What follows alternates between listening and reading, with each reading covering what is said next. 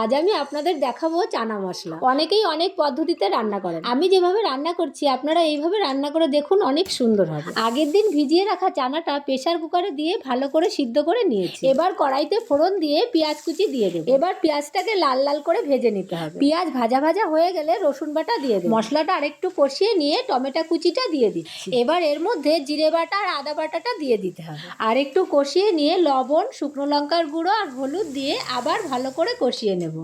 তারপরে টুকরো করে কেটে রাখা আলুটা ওর মধ্যে দিয়ে দেব। সামান্য জল দিয়ে এবার ভালো করে কষাতে হবে। মশলা থেকে তেল ছেড়ে দিলে সেদ্ধ করে রাখা চানাগুলো এর মধ্যে সব দিয়ে দেব।